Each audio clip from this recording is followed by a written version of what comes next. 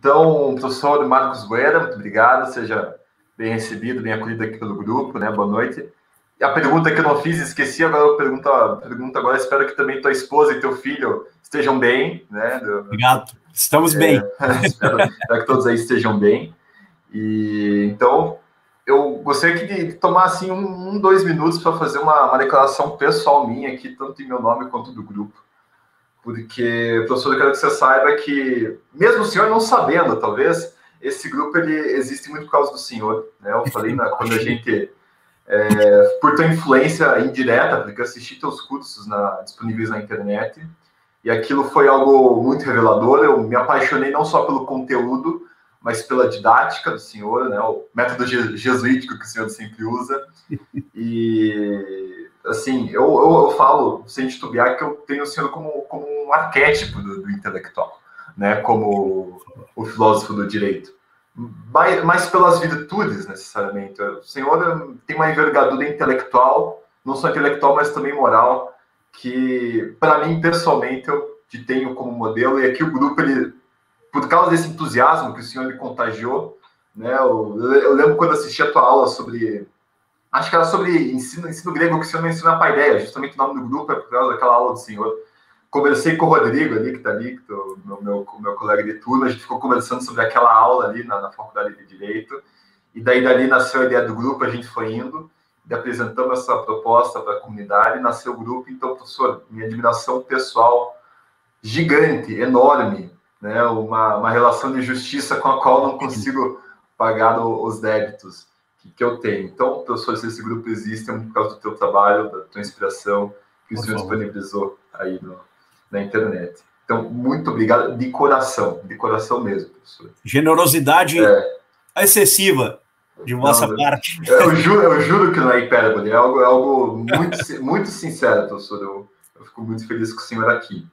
Segunda coisa que eu gostaria de falar, segunda vez que o senhor está aqui. Ano passado, quando a gente recebeu o senhor, a gente tinha um total, acho que, de 5 posts no Instagram. A gente tinha poucos membros, e o senhor mesmo assim acolheu nossa ideia, esteve mais do que disponível para estar aqui conosco. Então, quando a gente olha um ano depois, todo o trabalho que a gente desempenhou, que a gente estava conversando com quase 1.000 seguidores, várias pessoas querendo participar aqui do grupo. É só saber quantas pessoas estão aqui para contemplar o senhor numa sala fechada, aqui numa quinta-feira à noite.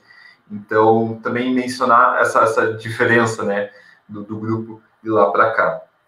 Terceira coisa que você ia falar antes, né, alguma recomendação de tecnologia. Temos várias pessoas aqui nos assistindo, e algumas a gente não conhece, se inscrevendo de fora, através da internet. Então, a gente pede que, em respeito ao professor, possa ficar com a câmera aberta, quem puder, né, quem tiver disponibilidade, e, obviamente, com o microfone fechado para evitar toda e qualquer interferência. A gente tinha combinado aqui com o professor que, quando alguém quiser fazer uma pergunta, né, tem a função ali embaixo, aqui na plataforma, de levantar a mão. Eu vou estar mais ou menos mediando quem quiser fazer pergunta. Pode ser no meio da exposição, o professor, inclusive, insiste para que seja assim. E a gente também pede uma razoabilidade, né, porque todos aqui querem acompanhar a exposição, todos aqui querem progredir no tema. E então pedir uma razoabilidade também nas perguntas e na quantidade, né, que sejam perguntas relacionadas ao tema e bem feitas, né. E quarto ponto, gostaria de uma introdução do grupo, né, porque várias pessoas conheceram a gente agora, a gente conheceu na semana passada. Então, para quem está conhecendo nosso trabalho agora, a gente tem o grupo de estudos Paideia e Filosofia do Direito, da Universidade Federal do Paraná, aqui em Curitiba. A gente nasceu há um pouco mais de um ano. A gente tem 3 formas de atuação. Uma delas é justamente essa que vocês estão, que a gente promove encontros, palestras online, com professores de filosofia do direito, filosofia política, de vários lugares, sobre variados temas, né? A gente está dedicando esse semestre ao Eric Fögling, que é objeto da presente exposição, e ao Léo Strauss, que foi objeto da nossa última palestra. E nossa segunda forma de atuação são nossos círculos de estudo de obras clássicas, de leitura e debate. A gente leu 3 obras de Cícero agora, vamos começar a ler o Piano. Então, se alguém quiser participar desse círculo, provavelmente em julho a gente abre inscrições, né? E também tem uma terceira forma, que é o Círculo de Direito Civil, que a gente está também lendo uma obra, e vamos ver como é que a gente vai continuar. Mas todas as informações estão lá no nosso Instagram. E, professor, eu ia fazer uma introdução breve aqui do Fögling enquanto biografia. Se o senhor vai fazer por mim? Não, pode fazer, por favor, melhor. Então, Porque o próprio Fagling diz que as ideias em si não fazem sentido, elas só fazem sentido face à experiência pessoal da pessoa, né? A experiência que ela teve em vida. Então, a mesma coisa não é diferente do Fagling, que nasce ali na Áustria, no comecinho do século passado.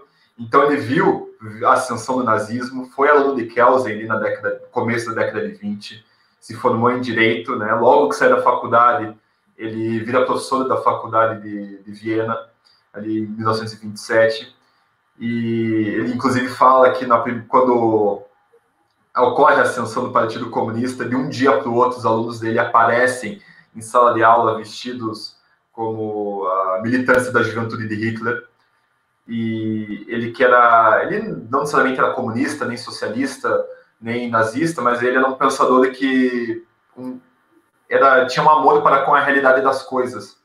É uma palavra que sempre vai aparecer muito no pensamento dele, a realidade, né? O amor pela realidade. Então, quando ele vê a ascensão do nazismo ali na Alemanha, ele consegue fugir, assim, de última hora. Ele vai para os Estados Unidos, ele fica um período em Harvard, ele se torna professor na Louisiana, e lá nos Estados Unidos ele tem um contato muito forte com a sociedade americana, né? Com o espírito norte-americano, com aquele American Mind, que ele fala na autobiografia dele. E daí, nisso, ele vai desenvolver as principais obras dele, né? Eu acho que duas valem especial menção, que é os estudos dele acerca do gnosticismo e também os estudos dele acerca de ordem e história, nessas duas coleções. Ele tem vários livros publicados, mas esses são 2 estudos dele, né? Então ele foi uma pessoa que se dedicou pela experiência pessoal dele às ideologias políticas, né? Inclusive depois do nazismo, ele volta para a Alemanha, professor em Munique. Então, esse é o Eric Wagner que viveu intensamente o século XX, nasceu no começo do século, morre em 1980, e foi um intelectual eruditíssimo, tem 35 volumes de obras publicadas. Então, a pessoa com qual a gente vai estar tratando hoje, né, o professor Marcos Boeira, fez a gentileza de estar aqui conosco. Enfim, professor, a palavra é toda sua, fique mais do que à vontade, e vai ser um prazer enorme aqui escutar o senhor, por favor. Bom, primeiro, muito obrigado pelo convite que vocês me fizeram para que estivéssemos juntos aqui nesta noite de quinta-feira, uma quinta-feira úmida e gelada. Creio que em Curitiba deve estar a mesma coisa, que na região sul nós, né, enfim, somos acometidos por um frio que não é tão usual no resto do país.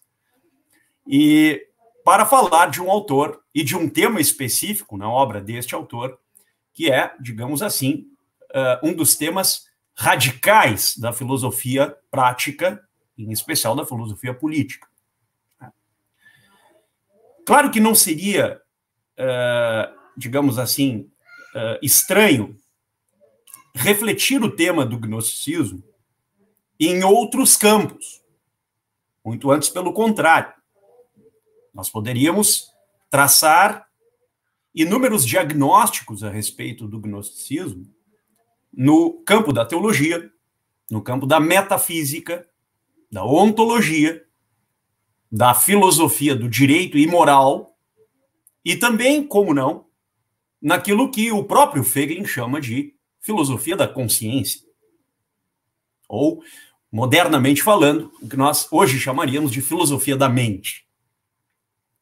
No fundo, o gnosticismo, mais do que propriamente a origem de problemas políticos modernos, o gnosticismo é uma cosmovisão artificial, ou uma visão artificial de mundo que se propaga entre os séculos XVI e XVII, mais notadamente no século XVII, e alcança resultados significativos no final do século XVIII. Ou seja, dentro desse cenário introdutório, esse introito, ou esse proêmio do tema que nós vamos estudar hoje, nós podemos assumir que, sem sombra de dúvidas, as revoluções que marcam a era moderna não são acontecimentos que surgem do dia para a noite,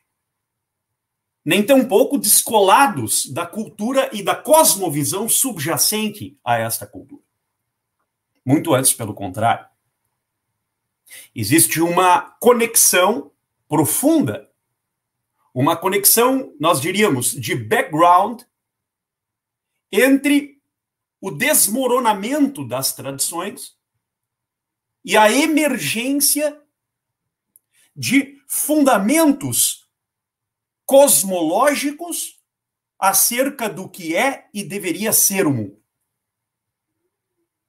Como se nas raízes de uma cosmovisão moderna estivessem presentes aquilo que os próprios autores modernos, aqui e acolá, utilizavam dentro de suas respectivas argumentações filosóficas como motivo para acusar as tradições, a saber, a chamada falácia naturalista, onde nós deduzimos de um campo experimental uma regra operativa. E parece que toda visão de mundo que se desenha a partir do fenômeno moderno e de suas diferentes variantes posteriores tem como causa suia, como causa imediata, justamente uma derivação indevida do campo do é para o campo do dever ser. Acontece que essa constatação poderia ser levada a diferentes campos, como eu havia dito antes. Nós poderíamos analisar isso no âmbito da lógica e da dialética. Poderíamos analisar isso no âmbito da metafísica, no âmbito da filosofia moral e em outros campos. O nosso campo restrito de análise, portanto, a partir dessa constatação, se dá quanto ao modo como uma distorção no âmbito da filosofia da consciência acabou repercutindo no campo da filosofia social, em especial no âmbito da filosofia política. E é exatamente esse diagnóstico que foi realizado de uma forma absolutamente extraordinária por este grande pensador que foi o Eric Voegelin, que será o tema da nossa exposição neste encontro de hoje. Então, para tentar vencer este assunto, eu vou partir de uma concepção originária, na primeira parte, tentando vencer convosco do que se trata o gnosticismo, o que é exatamente o gnosticismo, qual é o seu objeto e qual é o seu ponto de ruptura em relação às estruturas clássicas, radicadas numa noção tradicional. A partir de então, eu quero partir para uma segunda parte da análise, que é aquela que diz respeito à estrutura simbólica da existência, da qual parte o autor do qual nós estamos aqui a tratar. Qual é, em última análise, a sua filosofia da simbólica? Que outra coisa não é senão uma teoria de raízes platônicas, é bem verdade, menos aristotélicas do que platônicas, diga-se de passagem, acerca de uma teoria da representação política tomada como uma representação da existência histórica. E na parte final da nossa participação aqui no grupo, eu gostaria de explorar convosco a temática da escatologia política e dos movimentos de massas. Como isso se apresenta na obra do Voegelin. Estão claros os pressupostos da nossa aula, sim ou não? Muito bem. Eu vou começar convosco trazendo uma citação do próprio Eric Voegelin, numa obra chamada Science, Politics and Gnosis. O Voegelin nos diz exatamente assim: a gnose antiga e a gnose moderna. A investigação da gnose antiga tem uma história complexa de mais de 200 anos. Sobre a história interna da ciência da gnose, informam os panoramas históricos de Bossuet e Hans Jonas. Sobre o próprio problema da gnose, ensinam esses dois autores mencionados, e também a obra de Leizegan. E aí, indo adiante. Sob a influência do saber aprofundado acerca da gnose e de suas relações com o judaísmo e o cristianismo, surge uma nova interpretação da história espiritual europeia e da política moderna. Tá? E aí, indo adiante. E aqui que eu gostaria de chegar, que me parece o ponto central do problema. Tá?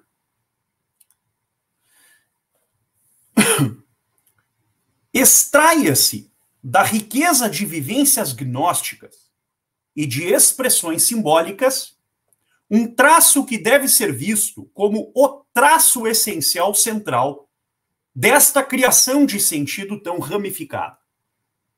A vivência do mundo como um estranho, no qual o homem se perdeu e a partir do qual ele tem de reencontrar o caminho para casa, para o outro mundo de sua proveniência. Então, o que isto quer dizer para nós? O que o Feiglin está querendo nos dizer? Ele está querendo nos dizer que, nas cosmologias antigas, a presença do ser humano no mundo não era vista como uma relação de estranhamento.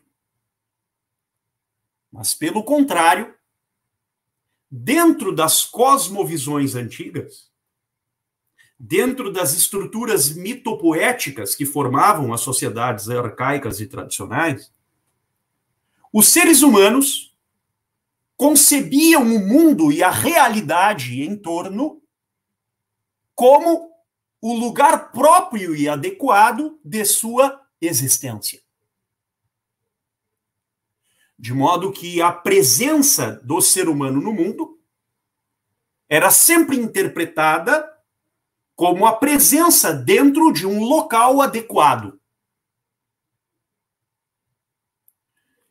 A interpretação cosmológica, na concepção clássica da filosofia social e das tradições simbólicas em geral, toma por base a ideia de que a condição humana tem relativamente ao cosmo uma relação de adequação e proporcionalidade. Nós que vivemos em Atenas, tomamos Atenas como o mundo para nós. Nós que vivemos na Tívitas, na República Romana, tomamos Roma como o locus onde nós estamos e o nosso lugar no mundo.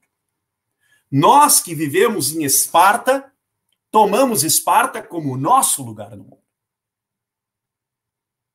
Toda a compreensão que envolve a condição humana, a presença no cosmo e a sua representação mediante instituições políticas e sociais, toma por base a tese de que o mundo engloba a mim e aos outros numa espécie de unidade comum. Daí a expressão grega koinonia, comunidade, unidade comum, comum unidade. Uma unidade que toma o mundo como uma ordem, e uma ordem que é manifesta visivelmente para os seres humanos mediante as instituições sociais e políticas. O que representa o gnosticismo? O gnosticismo representa um esforço contínuo por fugir desse mundo e tomá-lo como um lugar estranho para nós. Ou seja, se o mundo é um lugar estranho para mim, eu preciso dirigir a minha atenção para qual é exatamente o meu mundo. Qual é, especificamente, o lugar dentro do qual a minha condição de ser pessoa encontrará um sentido e um significado profundo. Porque lembremos que as estruturas mitopoéticas, por exemplo, na Grécia e em Roma, como também as tradições religiosas, e aqui tomando podemos tomar por base as 3 grandes religiões monoteístas, o judaísmo, o cristianismo e até o Islã, ofertam uma compreensão de mundo segundo o qual o meu vínculo com os outros e com este mundo se dá por um autor. E, portanto, este autor fala ao meu interior e fala ao interior dos outros segundo um mesmo padrão objetivo. Uma espécie de objetividade que não é apenas moral, mas é uma objetividade persistente na própria linguagem como tal, no próprio logos. O logos divino tomado como o ponto de intersecção entre todos os atores presentes nesse mundo concebido como o lugar comum, a casa comum. O que a tradição gnóstica fará será tomar a ideia de gnose não como um dado propriamente dito, a palavra gnosis, que significa conhecimento, literalmente falando, não tomará a gnosis como apenas um dado dentre outros do ser humano. Gnosis aqui poderia ser tomado como um ato do intelecto, um ato intelectual que leva alguém a tomar conhecimento de um certo objeto. Mas, veja, e aqui está o ponto central da inversão. A gnose se transforma em gnosticismo, isto é, uma militância, entre aspas, para tornar o ato cognoscitivo chamado gnosis a única via por meio da qual nós acessamos a realidade das coisas. Ou seja, a verdade a respeito das coisas, portanto, desloca-se do mundo objetivo dentro do qual nós estamos para o mundo interior, onde, frente à estranheza do mundo externo, eu vou buscar no mundo interno o meu lugar de salvação. E, portanto, o lugar que vai ofertar a mim os sentidos e significados profundos da minha vida. Como se, vejam, a objetividade das coisas, a objetividade do mundo, o vínculo entre os seres humanos e as coisas, e o vínculo entre as diferenças específicas presentes no mundo, seres inanimados, seres animados, ou seja, seres vivos, animais irracionais e seres humanos, perdesse uma conexão comum, por assim dizer, e agora a gnose, tomada não per accidens, mas de maneira simplícita, ou seja, absolutamente considerada, passasse a ser o único veículo para o acesso ao mundo. E esse acesso ao mundo vai supor pelo menos 2 tipos de respostas a esta questão. Uma que está na antiguidade e outra que está na cultura moderna. A resposta da antiguidade era, obviamente, os deuses estranhos. Então, os deuses estranhos supõem que não mais a civilização, o background de uma tradição, como diz o MacIntyre, o seu campo de pesquisa racional que por séculos foi como que depurando os símbolos mitopoéticos e alcançando uma estatura simbólica do ponto de vista dos símbolos teóricos, como ocorre, por exemplo, nos diálogos platônicos ou no esforço de Aristóteles e outros filósofos da antiguidade, fosse algo a ser considerado, mas é o próprio intelecto humano que formula o seu lugar no mundo. E, portanto, cria, para tanto, a ideia de que eu crio Deus. Deus é uma projeção imaginativa e representativa deste lugar de plenitude que eu idealizo segundo as minhas próprias convicções. E isto, na antiguidade, foi se pulverizando de tal modo que aqueles como Donato, Maniqueus, Ário, dentre outros, tinham uma vocação para a liderança e até certas virtudes que os qualificavam como líderes de comunidades, usassem a sua liderança justamente para formar um grupo de seguidores. Ou seja, o gnosticismo tomado como militância cultural resultou na formação de comunidades sectárias que, seguindo os padrões do líder, abandonaram os padrões comuns. E o abandono dos padrões comuns implica numa certa inversão da ordem da realidade e uma fuga constante da realidade, de modo tal que os símbolos da ordem e os símbolos da existência social daquela comunidade não são mais pautados nessas tradições que, por séculos de pesquisa racional, foram como que depurando esses símbolos, mas passam a moldar os comportamentos e as formas de vida dos membros dessas seitas de acordo com as representações de mundo que o líder projeta para cada um. É como se nós abandonássemos o mundo dos fatos e migrássemos para o mundo da imaginação, onde as imagens e não os estados de coisas passam a ocupar o sentido e o significado profundo da existência de alguém. É claro que isto prepararia o terreno, e isto já está em São Irineu de Lyon, numa obra chamada Adversus Hereses, para o que viria depois. A saber, nós vamos tirar o Deus imaginário criado pelo líder da jogada e vamos colocar a nós mesmos como o espírito absoluto condutor de todas as coisas. De modo que a história passa a ser medida não por um elo entre eu e os outros, e o modo como os outros me reconhecem e eu reconheço os outros dentro de uma comunidade com padrões objetivos, mas eu sou capaz de governar a minha própria vida e atribuir a ela um destino final. E aqui chegamos no ponto culminante da gnose, com o ideal de super-homem presente, por exemplo, na obra de Nietzsche. Ou seja, é claro que o gnosticismo moderno ele vai encontrar reminiscências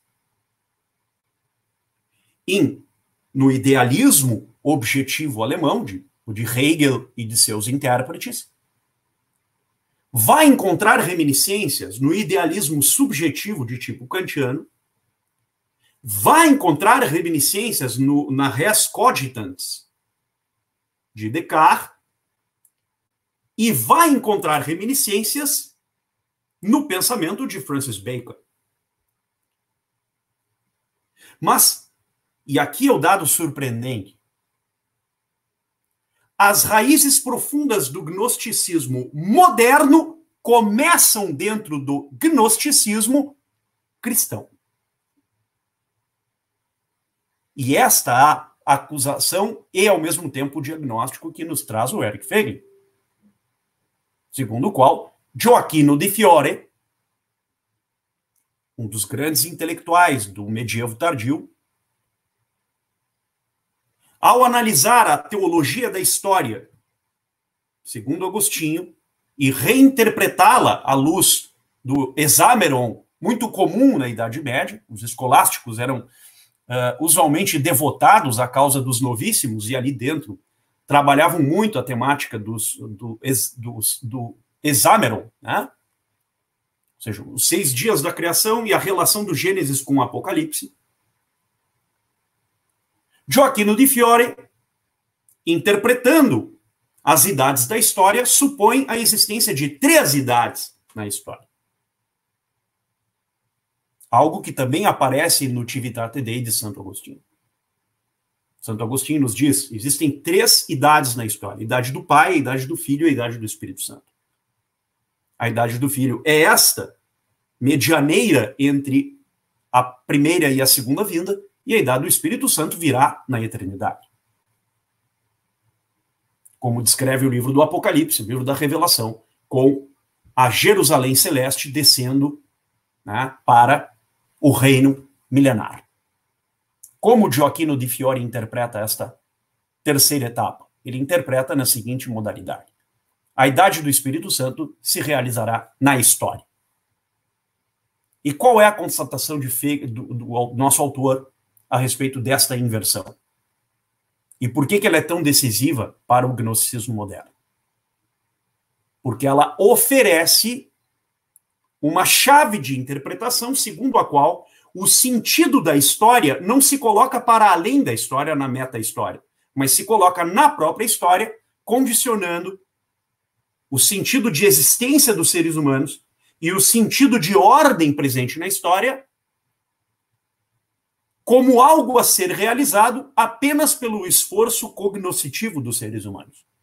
Como se os seres humanos prescindissem da providência divina para alcançar a idade do Espírito Santo. Em outras palavras, para alcançar a perfeição. De modo que a gnose é tomada, portanto, como o veículo para esta perfeição. Ou seja, segundo as tradições antigas, há na natureza humana uma espécie de bivalência.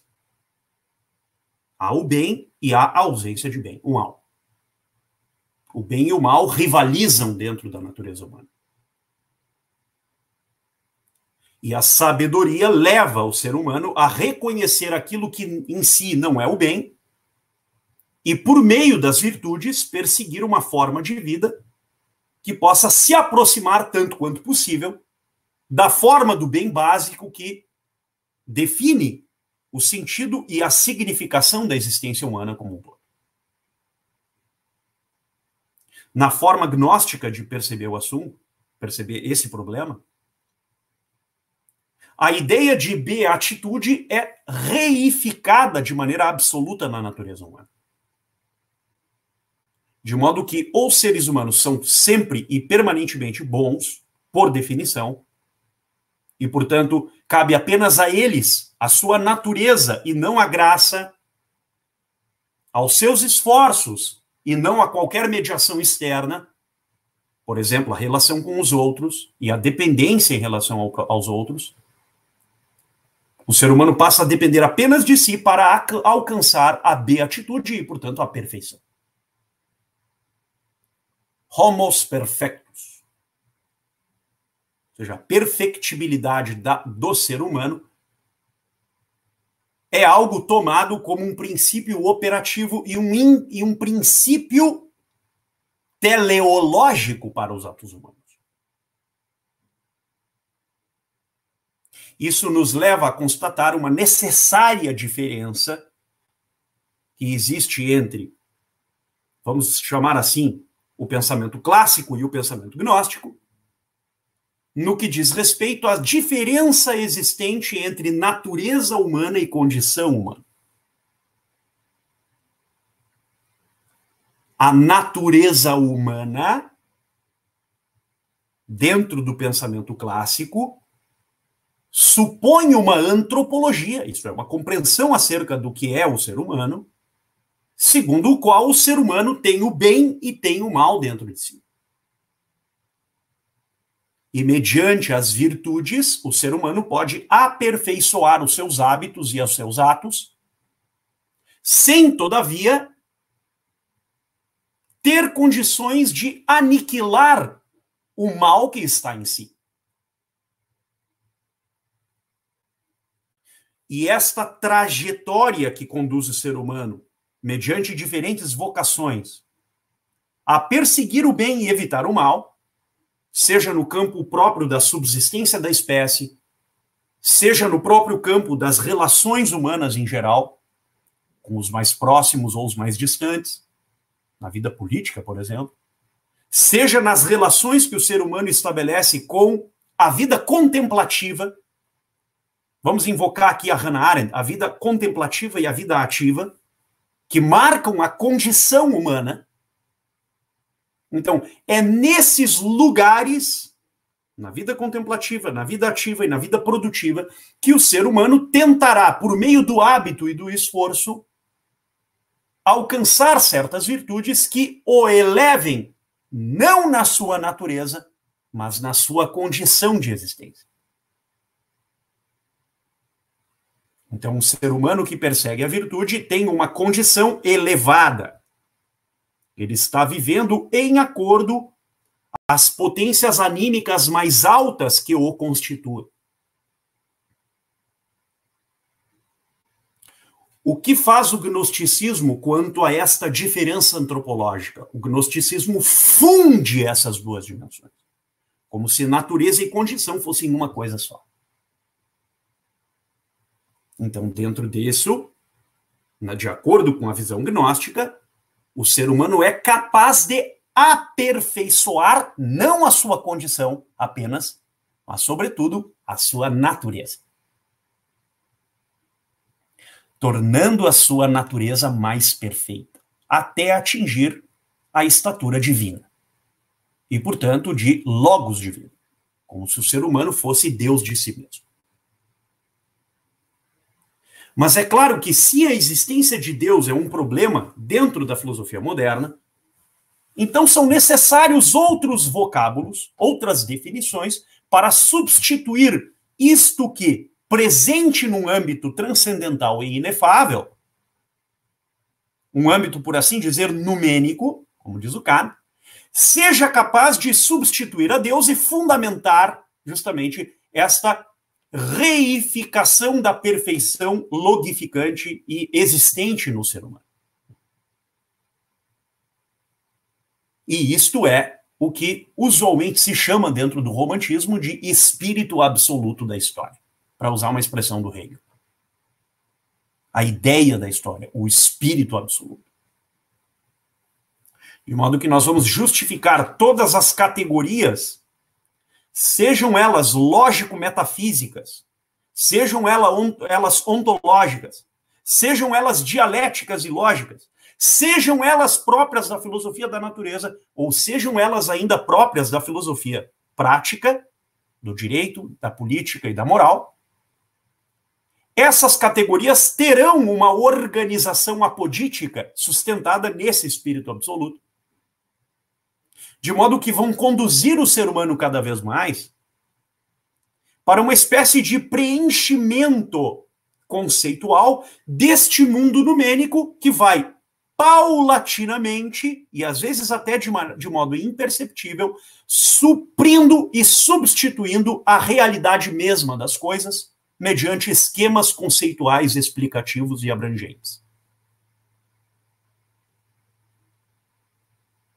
Aquilo que era entendido no passado como uma vera sociologia do conhecimento, numa interdependência entre a vida contemplativa e a vida ativa, agora sofre ataques fulminantes de uma analítica transcendental que, para e passo, vai substituindo conceitualmente essas noções.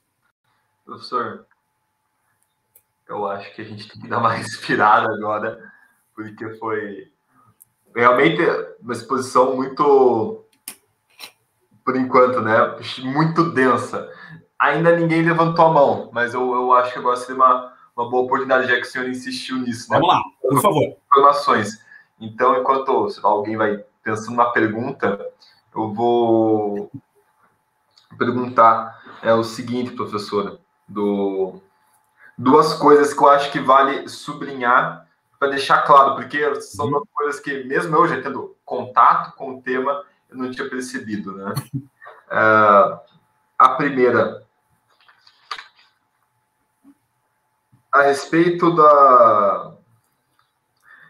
dessa diferença entre condição e natureza humana, eu achei isso interessantíssimo. E me vem logo à cabeça os contratualistas, né? Então, eu gostaria que o professor dissertasse um pouco sobre, por exemplo, a gente vê um Hobbes ali que fala da natureza do homem e da natureza. O senhor fala que o homem nasce bom, né? Então, eu gostaria que o senhor falasse um pouco sobre essa relação do... Rubens, não te ouço. Os diálogos dessas Cortou, duas... Rubens, eu não te ouvi, desculpe. Não te ouvi nos últimos 10 segundos, mais ou menos. Cortou a internet. Falei, mas o senhor escutou do contratualismo, certo? Sim, até o contratualismo eu estudei. Então, eu lembrei imediatamente do contratualismo, e quando o Rousseau fala que o homem nasce bom, a respeito das naturezas de Hobbes, etc., de Locke também. Então, eu queria que o senhor dissetasse um pouco as relações entre o gnosticismo revolucionário, né, Tá. e o contratualismo. Nós vamos chegar aí. Se tu puder, Tá bom. espera um minutinho, eu já vou chegar aí, nós vamos espero. entrar na segunda parte já. Tá? Então, Que é exatamente, começa exatamente aí o problema. perfeito. Então, vamos tocar aqui daqui segura aqui o Tranquilo. ímpeto. Bem, então, nós vamos chegar aí na tua pergunta, por isso que eu não vou respondê-la agora, porque senão eu vou antecipar etapas. Ela será o ponto de partida da segunda parte da exposição. Por isso que eu vou me permitir vencer em 2 minutos essa primeira parte, e aí nós já imediatamente vamos para esse ponto. Tá? Preste atenção no seguinte. O que projeta o gnosticismo? O que é o gnosticismo? O gnosticismo é, e aqui abra aspas, porque essa expressão não é nem do Feiglin, é minha mesmo. É uma militância em prol da autodivinização do ser humano. Ou seja, ou eu vou ser Deus de mim mesmo, ou eu vou projetar todas as minhas angústias psicológicas, existenciais, e até neuropsíquicas em um Deus estranho que será conformado a mim, com a diferença que este Deus não está fora do meu mundo, mas está dentro do meu mundo. E o meu mundo pode ser a minha casa, o meu mundo pode ser a minha própria mente, ou o meu mundo pode até ser o meu próprio grupo social. O grupo social que, tendo um líder, terá uma espécie de checagem sobre qual o vocabulário adequado, quais as palavras que entram e quais as palavras que saem. Quais as formas imaginativas de mundo entram, quais as formas imaginativas de mundo saem. Quais os comportamentos que entram, quais os comportamentos que saem. E que tipo de perspectiva de futuro será aceitável, qual perspectiva de futuro será inaceitável. De modo que o gnosticismo, como uma militância pela autodivinização do ser humano, e podemos dizer assim, da espécie humana, né, para ser mais preciso, implica sempre em 2 tipos de relação que se estabelece entre o passado e o futuro. Primeira, ou eu vou governar a mim mesmo para o futuro que eu próprio idealizo para mim, vamos dizer, dentro de uma visão anárquica acerca da realidade social, ou eu vou depositar a fé no meu futuro e no meu destino em algum líder político e social que vai delinear o horizonte futurístico, até poderíamos dizer escatológico, para a minha própria existência, para que eu apenas tenha o trabalho de absorver cognoscitivamente os conceitos, os lugares comuns e as formas de representação desse mundo futurístico imaginado por outrem. Primeira parte vencida. Está claro, portanto, o que representa o gnosticismo para o Feiglin, e via de regra em geral? Sim ou não? Muito bem. Então nós vamos para a segunda parte agora, e eu vou começar, na segunda parte, respondendo à questão que o Rubens trouxe. E a questão começa numa pergunta. Aonde nasce a filosofia política? Qual a origem da filosofia política? Isso é uma coisa que, infelizmente, ninguém mais fala hoje em dia. Ou pouca gente fala. O Feiglin falava. A origem da filosofia política está no momento em que o próprio ser humano de maneira consciente, afasta-se do seu âmbito real de experiência política e social para contemplar a polis desde fora. Desde um lugar onde a universalidade dos conceitos como que explica e justifica o conjunto dos acontecimentos reais e existenciais presentes naquela comunidade humana. É como se a filosofia política partisse de dois lugares. De uma metafísica da ação humana, como nós explicamos as causas e os princípios do agir humano, e os fins do agir humano. E também dentro disso, também partisse de um segundo lugar, que é qual seja uma antropologia. Uma compreensão acerca do que é a natureza humana e do que é a condição humana. Ou seja, nós partimos de dois lugares. Da universalidade dos conceitos que explicam a cidade, o bem, os meios operativos do bem, da felicidade coletiva, chamemos assim, e como a natureza humana e a condição humana dentro da cidade trarão certas exigências compartilhadas para os habitantes dessa mesma polis ou cidade.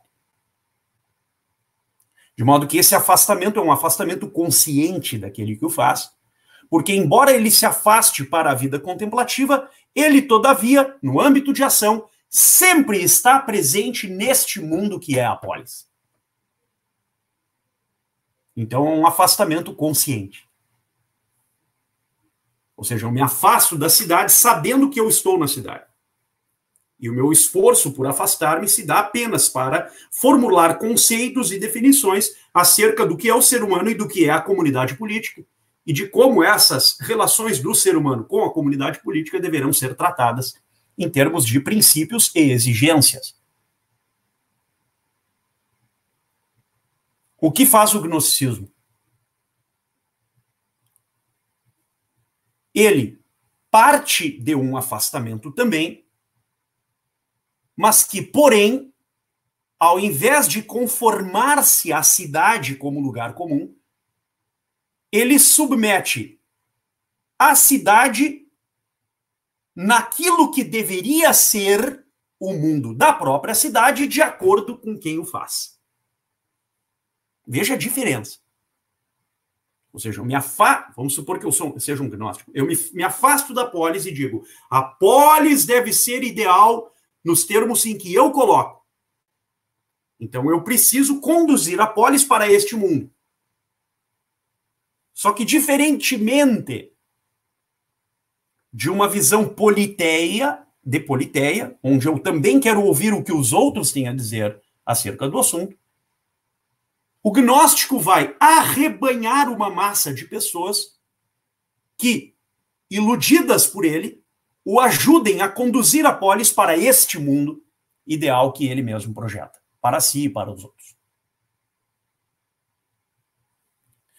E quando isto não é possível no âmbito da ação, a única alternativa é criar o que eu vou chamar aqui de utopia social reificante. Onde, ao afastar-me, eu começo a descrever a polis em termos de suas origens, não de acordo com a realidade concreta da existência da polis e de suas origens históricas, mas passo a descrever as origens da polis de acordo com o meu mundo ideal e o modo como a polis poderá ser colocada dentro deste meu mundo. E é aqui que surge uma coisa chamada estado de natureza. Ou seja, o que é o estado de natureza? É uma teoria justificativa a respeito da ordem civil e política. É uma teoria sobre a causa eficiente, uma causa de origem da sociedade política. Para o pensamento clássico, sobretudo Aristóteles e Platão também, a comunidade política nasce aonde? nasce na natureza humana. O ser humano é um animal político. Zon politikon, nos diz o Aristóteles, na política. Os seres humanos têm uma inclinação natural para a sociabilidade e a politicidade. De modo que, desde que existe uma coisa chamada mankind, humanidade, existe uma coisa chamada política. A política nasceu com a natureza humana. E veja, há argumentos criacionistas e evolucionistas, ambos que compartilham desta mesma percepção no que tange às origens da ordem política e civil. O que faz o pensamento moderno? Para dizer que a natureza humana possa ser aperfeiçoada e que, portanto, este aperfeiçoamento se localize num lugar estranho ao mundo dentro do qual nós estamos, nós precisamos forjar conceitualmente uma origem para a humanidade que é fictícia. E explicar a origem da sociedade política nos termos deste mundo imaginário que a mente gnóstica formulou. Seja pelo líder, seja por mim mesmo. E de maneira, portanto, que você terá não uma, senão diversas concepções de estado de natureza na era moderna, cada qual oferecendo uma justificativa. Uma mais diferente que a outra. Uma diz que o ser humano é mau, outra diz que o ser humano é bom, outra diz que o ser humano não tem valores. Outra diz que a razão tem certas leis, regras, que conduzem alguém, e aqui é a visão hobbesiana, a lei da natureza e o direito da natureza. A lei da natureza é a razão que postula, que impele o ser humano a perseguir a paz. E o direito da natureza, direito natural, que é a liberdade para usar de todos os meios, inclusive matar os outros para perseguir a própria paz. A autopreservação, por assim dizer, da espécie. Cada teoria social e política a respeito da origem terá uma explicação. E vejam, uma antropologia e uma metafísica da ação subjacentes a esta mesma teoria. Porque está plantada nesse afastamento do âmbito real de experiência, que, porém, não toma o âmbito real de experiência como objeto do conhecimento prático, mas toma justamente essa idealização do mundo futuro como objeto do conhecimento prático. E as raízes gnósticas profundas desse estado de coisas nos levam a uma verdadeira, digamos assim, rivalidade dentre concepções gnósticas, ou a um estado de coisas onde concepções gnósticas rivais se entrechocam e se apresentam, formando cada qual uma tradição de pesquisa racional. Com exegese de textos clássicos, por exemplo, os hobbesianos e intérpretes de Hobbes. Há milhões de interpretações sobre passagens inteiras do Leviatã, do De Cive e outras partes da obra do Hobbes. E aí cria-se uma tradição de pesquisa racional em torno do Hobbes. Só que todas elas, e essa tradição é constituída sob um castelo de areia, evidentemente, a saber, um afastamento fictício e não real do âmbito de experiência, que embasa as suas convicções originárias não nas realidades subjacentes da polis concreta, mas embasa as suas exigências conceituais numa sociedade idealizada de acordo com a convicção do seu patrono. Do seu patrono, digamos assim, teórico. É como se derrubassem todos os canais que, por meio da experiência, são exigidos para que o intelecto prático possa formular conceitos e definições, tomando a experiência concreta como ponto de partida e a guia mestra na formulação dos conceitos e vocábulos da ciência política, mas a formulação desses conceitos desse um salto para além do ser, buscando não no logos e no cosmos, mas buscando no phantom, na imago hominis, o ponto de partida central para a filosofia política de cada qual desses autores, como Rousseau, Hobbes e outros.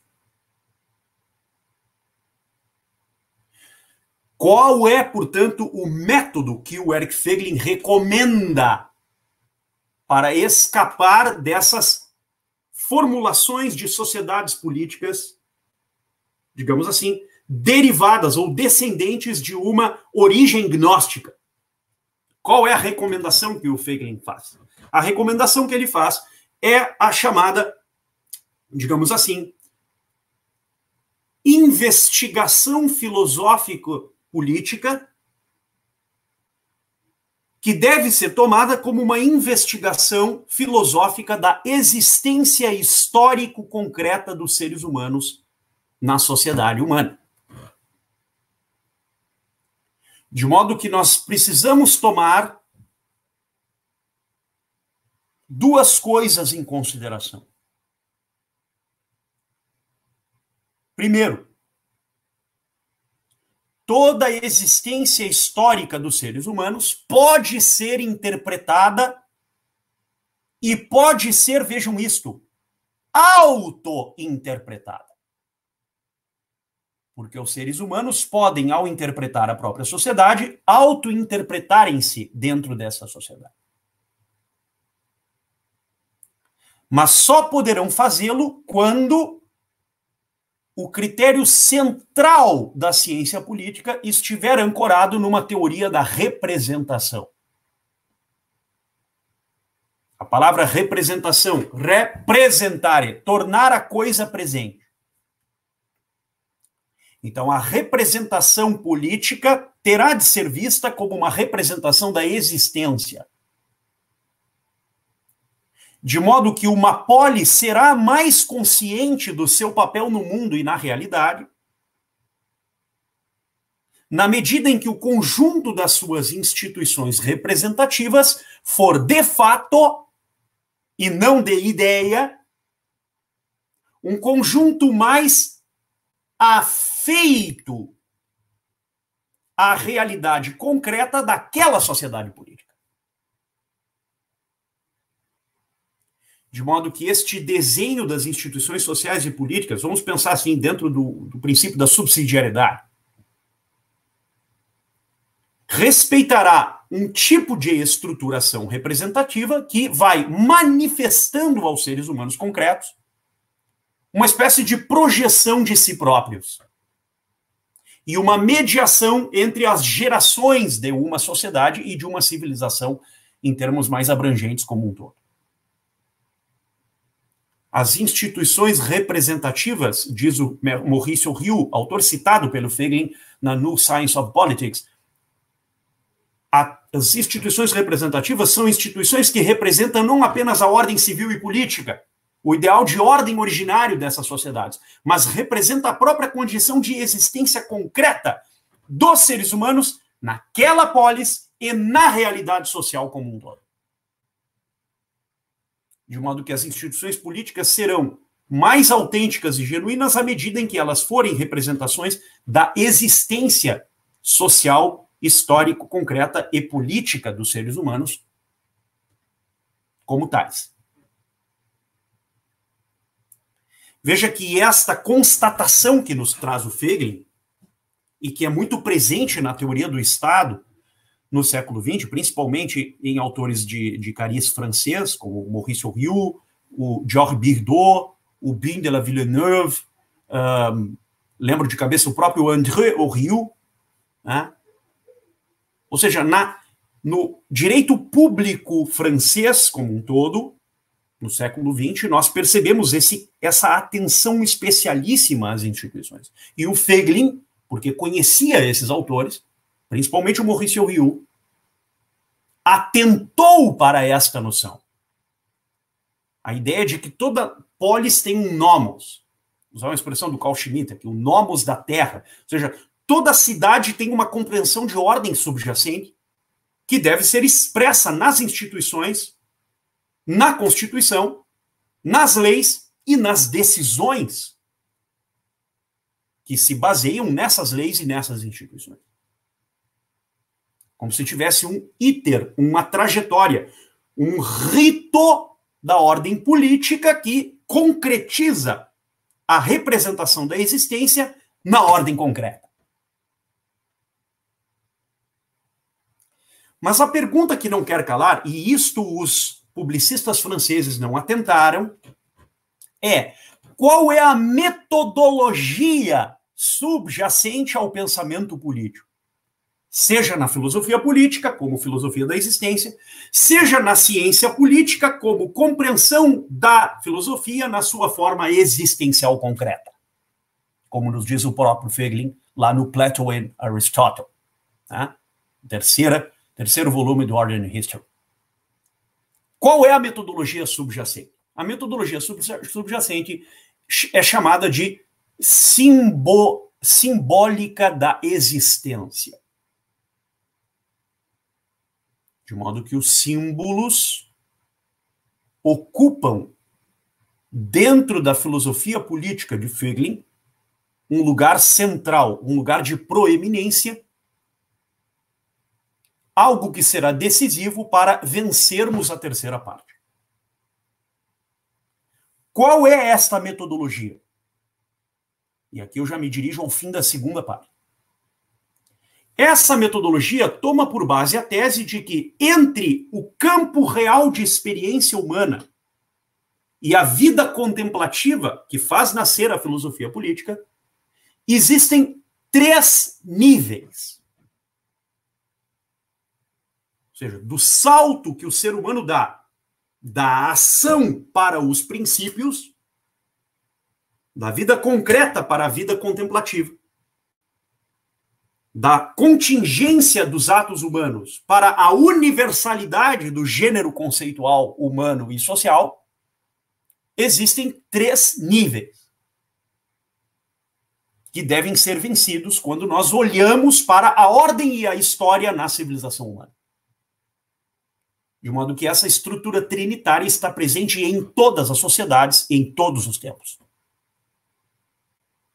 E, portanto, ela é uma compreensão metodológica, sob certo aspecto, meta-histórica para a análise da ordem nas sociedades, na história das sociedades, e, ao invés, da história das sociedades desde um ponto de vista da ordem subjacente a todas elas. Lembremos da analogia entis existente entre ordem e história no pensamento do Feiglin. Quais são essas 3 etapas? Vamos começar com a primeira. Primeiro nível, nessa estrutura simbólica da existência histórica e social dos seres humanos na história, o primeiro nível, chamemos assim, é o que o Feiglin vai chamar de rito, da onde vem a palavra ritual. Que é a primeira coisa que os seres humanos observam quando vão da idade infantil para a idade juvenil. O que está presente no âmbito do rito social? Estão presentes os mecanismos através dos quais os seres humanos se relacionam uns com os outros.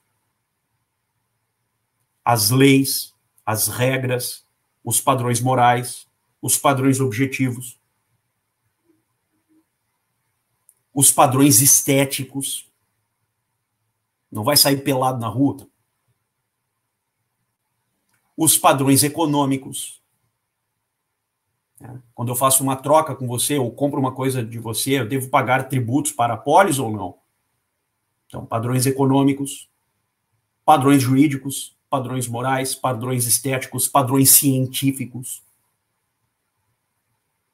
Todos esses padrões estão no primeiro nível. Eles correspondem a uma parte que é muito mais visível para nós. Quer dizer, ao constatar a ordem concreta, eu constato que esta ordem concreta existe como ordem porque existem essas coisas. Senão não existiria ordem, seria o caos. E como recomenda o Jordan Peterson, os seres humanos farão de tudo para fugir do caos. Lembremos lá do Maps of Meaning. Então, quando nós constatamos esse primeiro nível, nós nos deparamos com um primeiro grau de revelação do que está no mundo externo e que se apresenta a nós. Uma ordem concreta, mediada por instituições sociais e humanas. Não só as instituições políticas, mas as instituições sociais. Como se nós realizássemos e fôssemos reconhecidos por nossas ações dentro de instituições. Instituições, de novo, representativas da existência. Só que existe um segundo nível. E essa passagem do primeiro para o segundo nível é exatamente onde começa a investigação a respeito da filosofia civil e política. Pela pergunta a respeito da causa eficiente. Qual é a origem da sociedade humana? E o Feiglin chama esse segundo nível de nível mitopoético, ou só mito, para facilitar.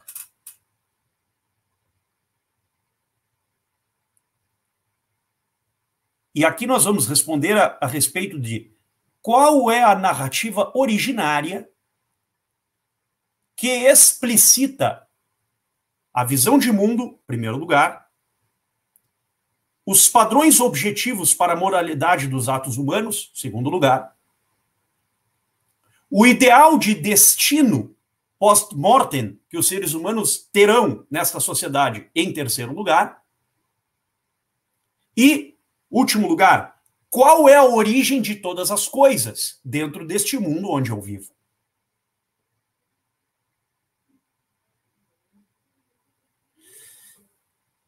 E a importância e relevância das narrativas mitopoéticas no princípio das sociedades, em algumas com maior grau de desenvolvimento, em outras com menor grau de desenvolvimento,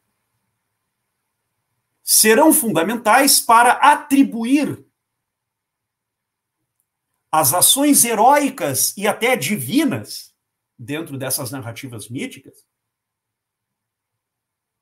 uma profunda interpretação universal, porque abarca todo e qualquer ser humano na história, a respeito de quais são os símbolos compartilhados universalmente e quais são os símbolos compartilhados apenas por uma sociedade individualmente falando.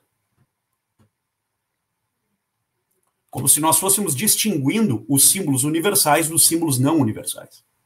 E aí chegássemos à conclusão que, por exemplo, quando nós somos impelidos a ler uma obra como a Ilíada, ou a Eneida, ou a Odisseia, ou as Metamorfoses, ou as tragédias gregas,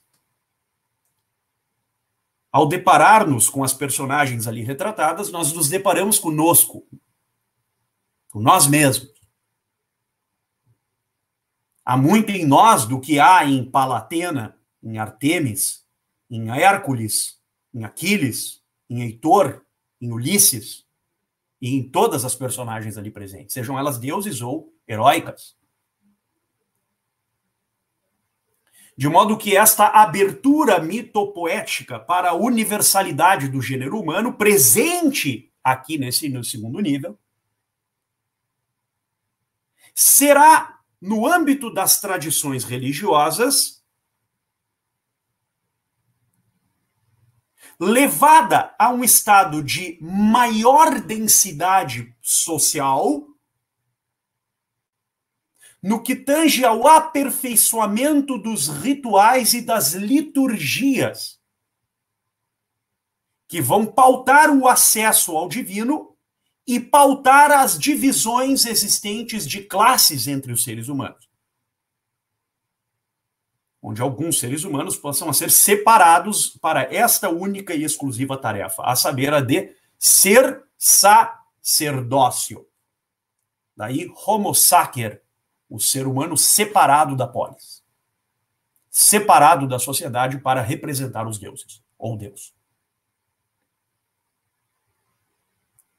este delineamento das sociedades e das compreensões de ordem subjacentes dentro dessas sociedades dependerá de maneira profunda desse segundo nível do qual nós estamos aqui a falar, o nível do mito. Mas haverá um terceiro nível, que para o Voegelin é fundamental, que o próprio Voegelin chama de símbolos teóricos. O que são os símbolos teóricos? São depurações que o intelecto racional faz do segundo nível e de suas narrativas para alcançar uma estatura epistemológica suficientemente universal e transcendental que seja capaz de explicar, não em termos mitológicos, não em termos poéticos, mas em termos dialéticos e analíticos, a justificação da realidade do mundo, da natureza humana e da relação dos seres humanos com o mundo dentro do qual eles estejam. E é justamente esse terceiro nível, que o Voegelin chama de símbolos teóricos, é aí o lugar onde nós encontramos uma profunda justificação para o espaço que convencionalmente nós chamamos de luz natural da razão. Como um lugar que, assim como o segundo nível o faz, também explica a universalidade do conhecimento humano e do gênero humano e do gênero cósmico. Porém, com categorias racionais que permitem o amplo desenvolvimento posterior, sobretudo posterior à civilização greco-romana, de disciplinas apodíticas, as quais nós normalmente qualificamos com os nomes de metafísica e lógica.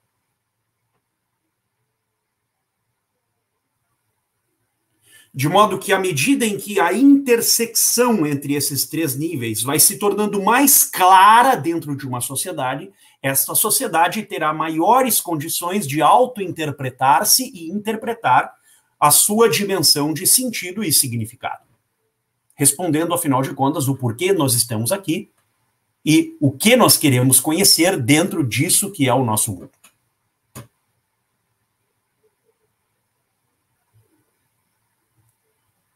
Qual a diferença entre, que se estabelece na era moderna, portanto, entre essa estrutura presente nas civilizações e a sua deturpação presente no mundo gnóstico?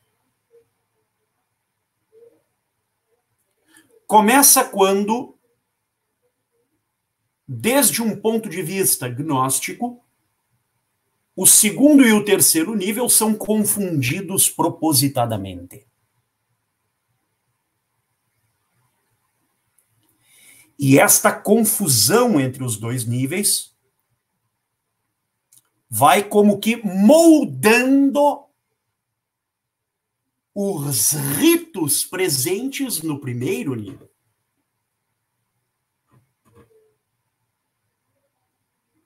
Ou à luz de um líder, ou à luz de um conjunto de símbolos artificiais compartilhados por uma massa amorfa e coletiva, ou moldados de acordo com o indivíduo que o faz para si mesmo.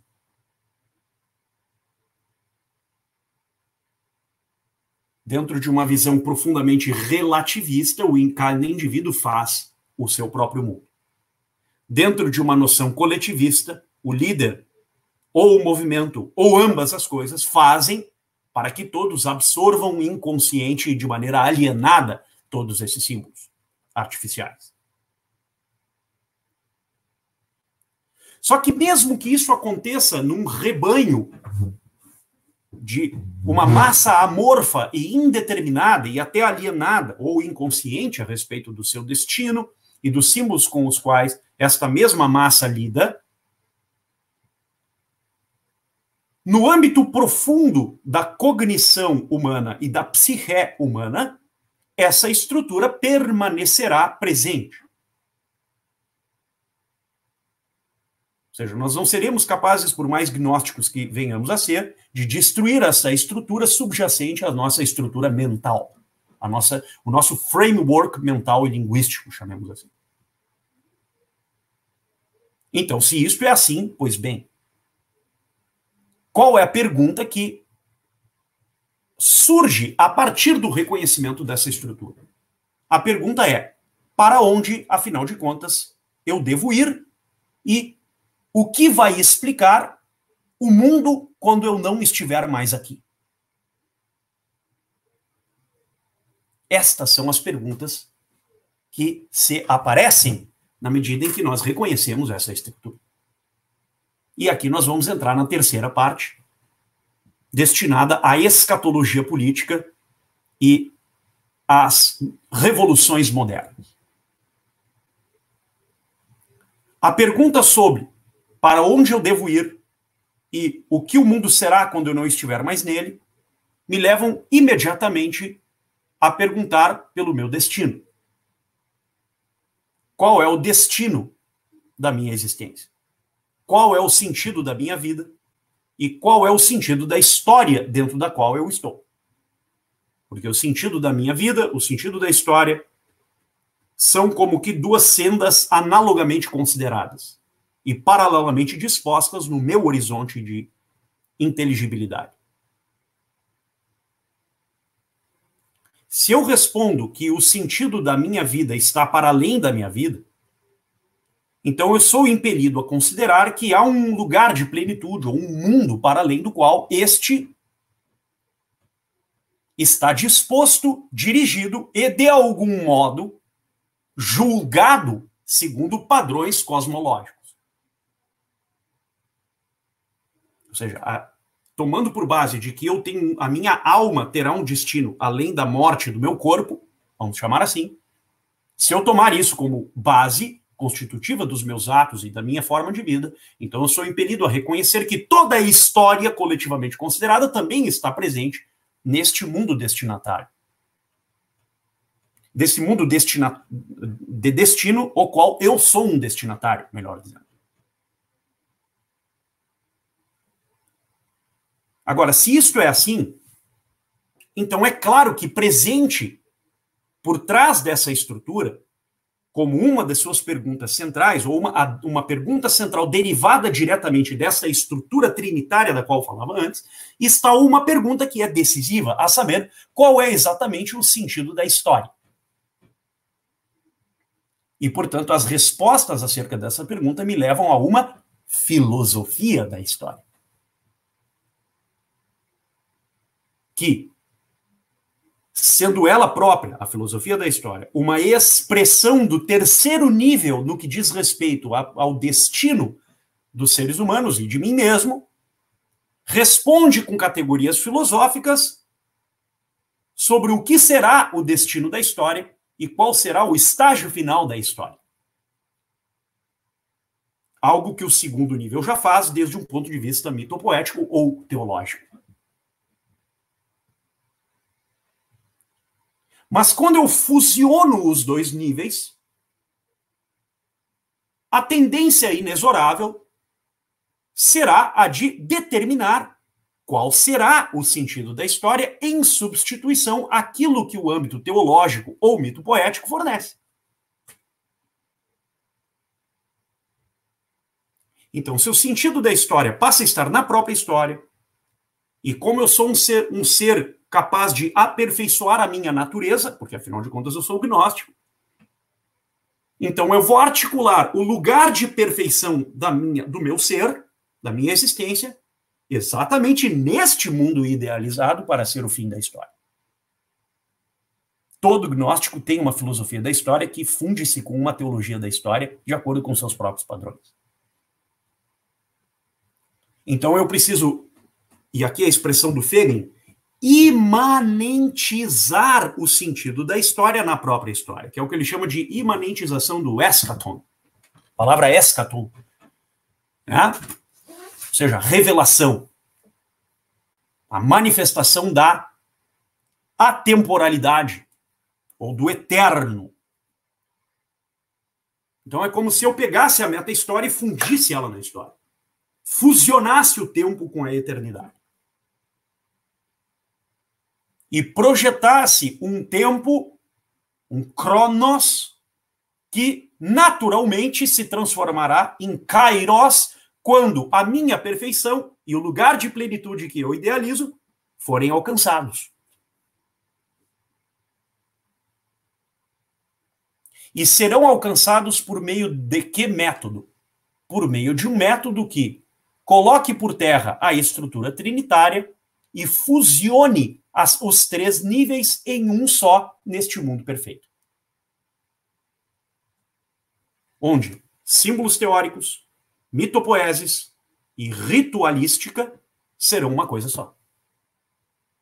Porque, afinal de contas, se nós atingirmos a perfeição, não há mais o que investigar. Tudo já está dado. O céu está posto, a Jerusalém Celeste está revelada na história. E nós, como Cristos cósmicos de nós mesmos, somos, portanto, impelidos a buscar e perseguir este mundo.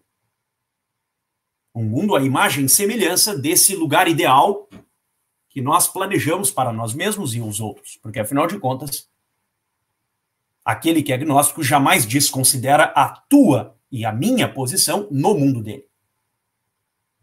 E, se preciso for, ele criará estruturas militares, políticas e burocráticas para conduzir você e eu para lá. Como fizeram a SS e a SA no nazismo e outras políticas e polícias, melhor dizendo, secretas e burocráticas em regimes totalitários, como bem apareceram no século XX.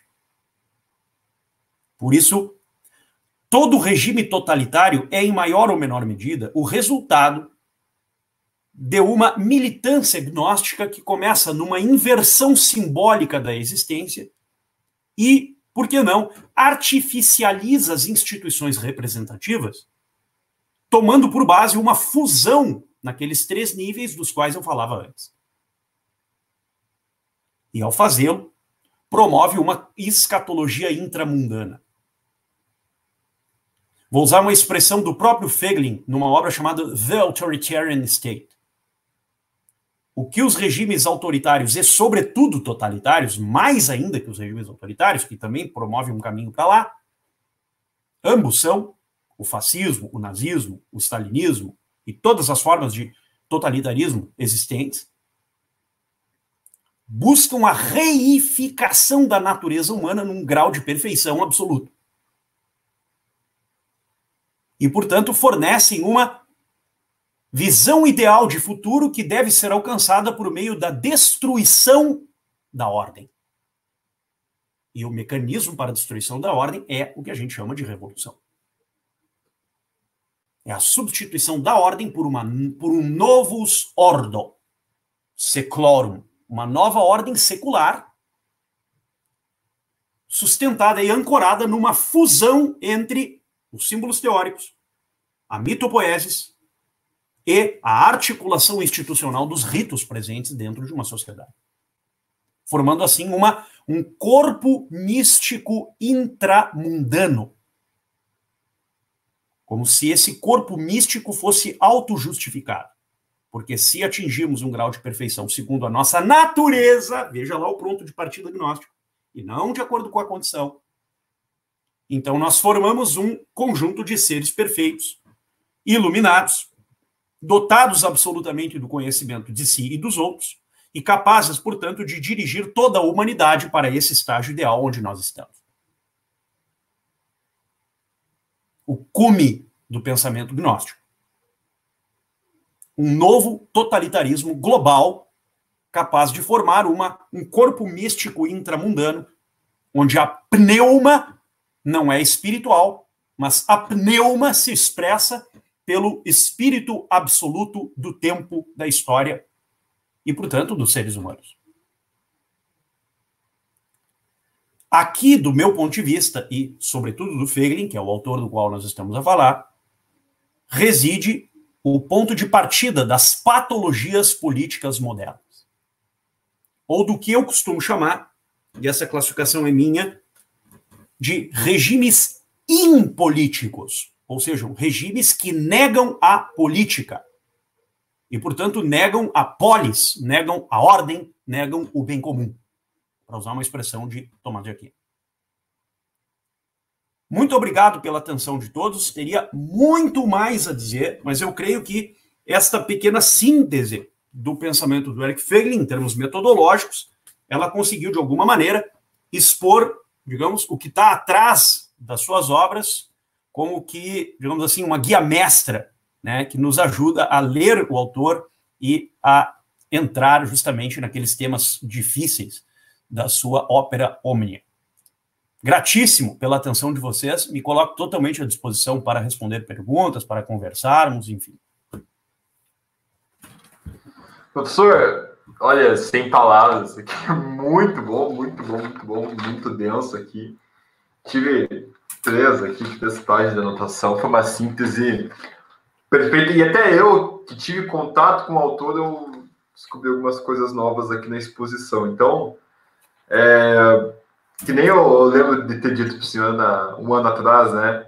Sempre quando o senhor abre a boca, eu já me espero, já arrumo aqui meu lugar, porque eu sei que lá vem uma aula inteira, né? Como foi hoje não foi diferente. Enfim, eu vou deixar livre o pessoal perguntar, porque eu já falei bastante, né? Então, se alguém tiver alguma pergunta, por favor, principalmente o pessoal que participa do grupo, né? Foi uma exposição de um nível teórico bem elevado, então acho que perguntas não faltam, né? Então, se alguém quisesse lançar aí, fica à vontade. Pode abrir, abra o microfone e fala. Por favor. Mesmo que seja para me mandar para aquele lugar. É o Rodrigo do Tomão? Opa. Tá dando para ouvir certinho? Dá. Perfeito. Vai lá. Acho que eu queria perguntar como seria possível relacionar todo o pensamento do Eric Fögling com toda a exposição, aqui se tratando mais da política brasileira, com uma espécie assim que ocorre, né, contemporaneamente, uma espécie de demonização da política, não só no Brasil, mas você vê muitos outsiders que nunca participaram da política entrando, e também existem uma espécie de substituição dos políticos por administradores, né? Como diria um clássico lema já das eleições passadas: não sou político, sou administrador. Então, queria saber como seria possível compreender esse fenômeno com lentes assim da teoria política do Eric Fögling. Perfeito. Bom, e aqui é uma interpretação minha, por favor. Tá? Posso estar profundamente equivocado, mas eu diria o seguinte: o grande problema do Brasil é que há pelo menos 100 anos, mais até um pouco, nós não temos uma ideia clara de quais sejam as nossas instituições representativas. Nós copiamos o modelo americano na Constituição de 1891, e essa cópia foi muito mal feita. E eu não estou aqui defendendo o Império, longe disso. Acho que o Império tinha muitos problemas também, e, sob certo aspecto, as instituições imperiais também não representavam de maneira concreta a existência social e política do povo brasileiro, mesmo lá. Mas, em comparação com as instituições da República, elas eram menos distantes, digamos assim. Qual é o grande problema que nós temos? É que, desde 1891, a sociedade brasileira não tem, nas instituições representativas, um lugar de autointerpretação suficientemente capaz de dizer, afinal de contas, quem eu sou como brasileiro. são instituições que não são adaptadas ao modelo social brasileiro, são instituições que não são sequer adaptadas de maneira concreta para o Estado de Direito do século XX, e são instituições que só poderiam ser adequadamente adaptadas numa realidade social de tipo norte-americano, onde você tem princípios que dirigem a sociedade política que são muito diversos da sociedade brasileira. Na sociedade americana, você tem um princípio do self-government, por exemplo, o autogoverno. Você tem o princípio do accountability. Você tem em primeiro lugar, você não tem um Estado nos Estados Unidos da América. Qual é a forma política dos Estados Unidos? É government, que nada tem a ver com Estado. No Brasil, desde a República, nós somos Estado. Essa é a nossa forma política.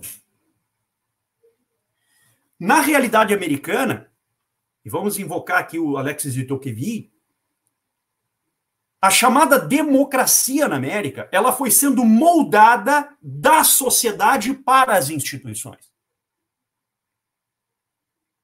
De modo que o projeto, chamemos assim, aspas, dos Founding Fathers, lá nos Federalist Papers, era o de expressar uma ordem civil e política inteiramente ancorada nos rudimentos da sociedade política norte-americana.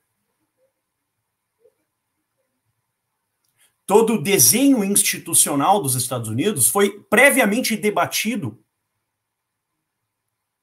através de uma variedade de posições de pessoas absolutamente sábias e que empreenderam essa sabedoria para a construção de um país, sabendo que o mínimo e não o máximo deveria ser expresso na Constituição. Daí dizer o princípio norte-americano do Living Constitution, que infelizmente tem desaparecido nos últimos, nos últimos 50 anos, vamos chamar assim. O Brasil foi lá e copiou esse modelo, com uma pequena diferença. A sociedade brasileira nunca foi baseada no self-government. O Brasil é um país que foi concebido de cima para baixo. O Bernardo Pereira de Vasconcelos, que é um dos Founding Fathers brasileiros, diz assim: no Brasil tem um fenômeno sui generis. Aqui, a organização política antecede a organização social. Então, as instituições políticas vieram antes da sociedade. Claro, do ponto de vista teórico. De modo que a realidade brasileira ela foi sendo forjada desde 1891 num modelo institucional cada vez mais distante da realidade propriamente dita do povo brasileiro. E afastando, portanto, a sociedade brasileira de uma possibilidade de compreender a si própria no processo histórico. E por isso nós percebemos que no Brasil existe um caos analítico completo. Cada um diz uma coisa, ninguém não dá consenso sobre nada. Nada, absolutamente. E é claro que essa deformação social produziria, no espaço de poucas décadas, de 1891 até as décadas de 40, 50, e posteriormente mais ainda, um vácuo na formação de lideranças e estadistas. Pessoas capazes de interpretar o futuro à luz da autointerpretação da sociedade do seu tempo, que é o que a gente chama de estadistas. E a crise de estadistas provoca crise de exemplos provoca crise de lideranças, e crise de lideranças dá espaço para reificação da política através da mitologia artificial, que é o que acontece na esquerda e na direita brasileira. Tanto numa quanto na outra, mesma coisa. A busca do mito fundador. Esse será o meu salvador. Na esquerda e na direita, ambas. Então, esse erro vai persistir e ele tende a se intensificar. E essa acusação não é minha, é do Sérgio Buarque de Holanda, e ele tem toda a razão nisso. Se o Brasil não atentar para a deformação e o anacronismo das suas instituições políticas e sociais. que fazem tudo menos expressar o que é a vontade popular. E aí, o que nós assistimos? Um caos entre as instituições políticas, que, devendo ser representativas, se transformam num palanque para oportunistas e para pessoas utilitaristas que estão interessadas apenas na sua condição, no seu cargo, no seu dinheiro, no seu poder, no seu prestígio e coisa que o valha. Ou seja, o Brasil é um caos. No fundo, não há um país. Há um território caótico com instituições que, de maneira alguma, representam a sociedade brasileira e arriscaria-me até a dizer, não há sequer sociedade brasileira. Isso não existe. É uma ficção teórica criada apenas para justificar livros de sociologia, teoria da história e ciência política. Para a existência de uma sociedade, é fundamental uma coisa chamada literatura. Os grandes escritores desapareceram da vida pública brasileira. Nós não temos mais escritores. Como é que uma sociedade vai se interpretar minimamente sem literatura e sem instituições representativas? Esqueçam. Então, a tendência ao caos será cada vez maior. E a rivalidade mimética, tanto na direita como na esquerda, tende a se intensificar também. Eu vejo tanto a direita como a esquerda brasileiras como movimentos de massa nesse sentido. O problema é muito semelhante num lado e no outro. Muito semelhante. Tranquilo? Então, poderia se atribuir todo esse caos, assim, que vem até hoje a uma espécie de constituição política brasileira que é idealizada naquele modelo top-down e não bottom-up, que se fala, ao contrário de país que, com o maior exemplo de bottom-up, é o próprio Estados Unidos da América. Sim, por quê? Porque os Estados Unidos... Perfeito, a tua definição é ótima. Porque nos Estados Unidos, o que acontece? As instituições projetam a sociedade. Elas espelham a sociedade. Claro, isso tem desaparecido nas últimas 5 décadas, mas, via de regra, esse é o modelo americano. É o que o Seymour Lipset chamava de American Exceptionalism, né? O excepcionalismo norte-americano. Quer dizer, o que é o excepcionalismo norte-americano? Por que é um país que deu certo? Porque as instituições expressam aquilo que é a alma mater da sociedade política. E, portanto, há um controle efetivo da sociedade sobre o exercício do poder civil. E as instituições se moldam a partir desse controle e da persecução de certos bens. No Brasil não há sequer uma noção compartilhada de bem. Bem é o dinheiro que entra no meu bolso. E se não há um modelo de ordem subjacente, e não há sequer instituições representativas dessa ordem, as instituições não representam absolutamente nada, a não ser o mero interesse dos seus agentes, que é o que acontece aqui, no fundo existe um hiato profundo entre o ideal de democracia constitucional presente na Constituição de 88, que aliás é belíssimo, eu mesmo tenho um livro escrito sobre o assunto, escrevi há mais de 10 anos, e a realidade propriamente dita, que é uma realidade inteiramente tensional e, digamos, sujeita a um utilitarismo crescente na política e na sociedade. E é claro que essa imagem de mundo, ela vai provocar o quê? Ela vai provocar uma imagem distorcida de quem eu sou e de quem eu deveria ser. Então as pessoas passam a se odiar cada vez mais, ao ponto de não querer sequer escutar o outro, o ponto de vista do outro. O outro não merece nenhum lugar no meu horizonte social.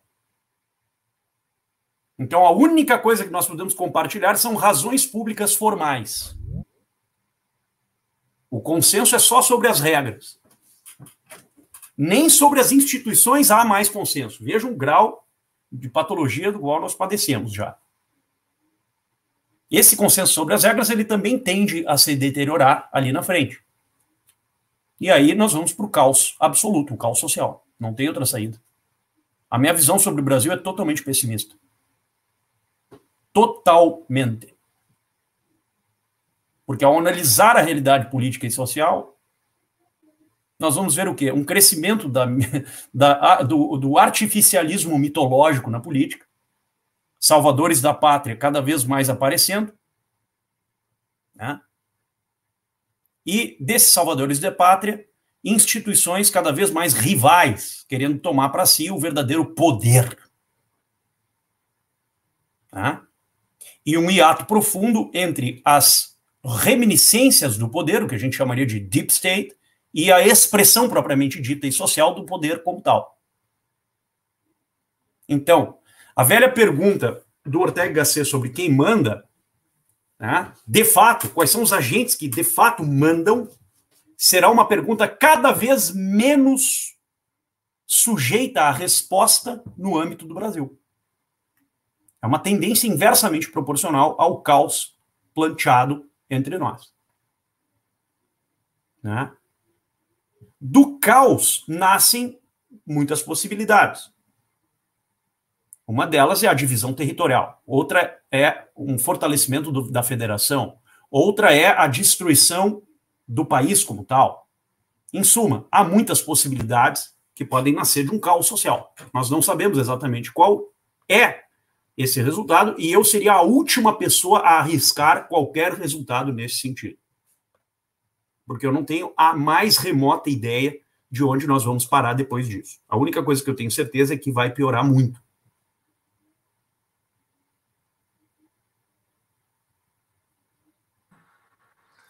Vejamos os países da Europa, por exemplo. Né? Agora eu estava morando na Itália e pude perceber a dificuldade que se tem com as soberanias dos Estados-nação na Europa e a tentativa cada vez maior de centralização do poder nas mãos de burocratas em Bruxelas. Né? E a dificuldade que estados como a Itália, por exemplo, têm em relação a isso. Não só econômicas, mas, sobretudo, de definição das suas políticas locais. O que é isso? Isso é, obviamente, uma fragmentação profunda nas estruturas dos Estados-nação europeus. Que, no início do pós-guerra, buscaram alternativas bastante racionais para fugir de ameaças a regimes totalitários que poderiam supervenientemente aparecer, né, depois do pós-guerra. Então, para isso, criaram tribunais constitucionais, né, estruturas de Estado separadas de estruturas governamentais e a administração pública separada e técnica, modelos de separação de poderes cada vez mais técnicos e inovadores. E o Brasil ainda está no modelo do Montesquieu, que é um modelo totalmente anacrônico e inadequado para a nossa realidade, que só gera confusão e luta entre os poderes. Né? Então, se você perguntar, professor, o que o senhor recomendaria para o Brasil? Eu não sei do futuro. Agora, eu acho que uma coisa é preemente, uma reforma nas instituições políticas. Isso é fundamental. E se eu pudesse me candidatar a ter qualquer opinião pública, eu diria, eu sou do time dos parlamentaristas. Eu acho que o parlamentarismo é um sistema muito melhor para a nossa realidade do que é o presidencialismo. Minha opinião. Porque, inclusive, mitiga, em ampla medida, esse esforço da irracionalidade brasileira na busca do mito fundador e do mito salvador. Mitiga isso e dissolve nas várias forças presentes no parlamento. Isso é muito positivo do meu ponto de vista. Mas, de novo, estou muito longe de ser um engenheiro social e querer definir o que nós devemos fazer. Muito antes, pelo contrário, não tenho a menor ideia.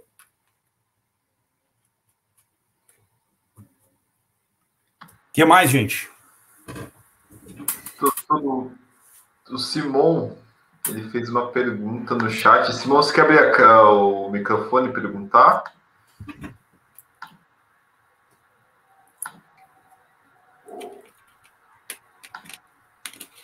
Ele não pode falar, acho que de repente tem algum problema no microfone, não sei. Então, professor, se você quiser abrir ali a conversa no canto inferior ali esquerdo. Né? Eu estava procurando, peraí, deixa eu ver. Na barra inferior tem ali uma caixinha de texto, daí está ali escrito. Boa noite, foi certamente Celso Al. O Simão, que ele é aluno aqui da UFPR, só que ele é imigrante venezuelano. Tá na mesma turma aqui, ó. Fiquei com a vontade de aprofundar no Fugling. Sou apaixonado por estudar regimes totalitários e não nego que suscitaram muitas perguntas em mim, mas vou só destacar uma. A grosso modo, os regimes totalitários criam de alguma forma uma teologia ou cosmogonia para se autoproteger, entendi eu. Isso implica muitas vezes que esse povo dirigente e militante seja ateu ou agnóstico, mas também pode ser seguidores de nigromancia, por exemplo, de formações semelhantes. Acho que é mais ou menos esse misticismo espiritual, que é próprio do gnosticismo primitivo, mas só que ainda existe no gnosticismo moderno, né? Então, muito dessas pessoas que, por exemplo, pregam totalmente o império da razão e do cientificismo positivista, filosófico, elas recorrem a umas práticas obscurantistas, assim, né, de certa forma. Para dar um exemplo que eu vi recentemente num filme, tá na Netflix, da Marie Curie, né, o marido dela, que é esqueci o primeiro nome, mas é um cientista famoso. Ele, cientista do jeito que era, descobriu vários elementos, estudou ali radioatividade, só que ele recorreu ao espiritismo ali para várias coisas. Então, acho que é mais ou menos nessa esteira a pergunta, né? Esse obscurantismo espiritual que ainda permeia esses movimentos modernos, totalitários.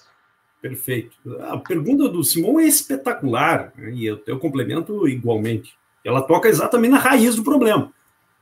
Eu vejo o seguinte, toda estrutura política gnóstica precisa de um campo justificativo, de uma ciência ou pseudociência. Como é que nós chamamos isso? Nós chamamos isso de teologia política. Então, o que é uma teologia política? É a explicação do fenômeno político a partir de um estudo de sua divinização, que pode ser levado a cabo pelo próprio ser humano, pode ser levado a cabo por um Deus imaginário, ou por ambos. Como ocorria, por exemplo, no Direito Divino dos Reis. Eu sou a voz divina na sociedade. Deus falou para mim e eu mando em vocês. Mais ou menos isso. Então, a teologia política ela vai ter muitas formas.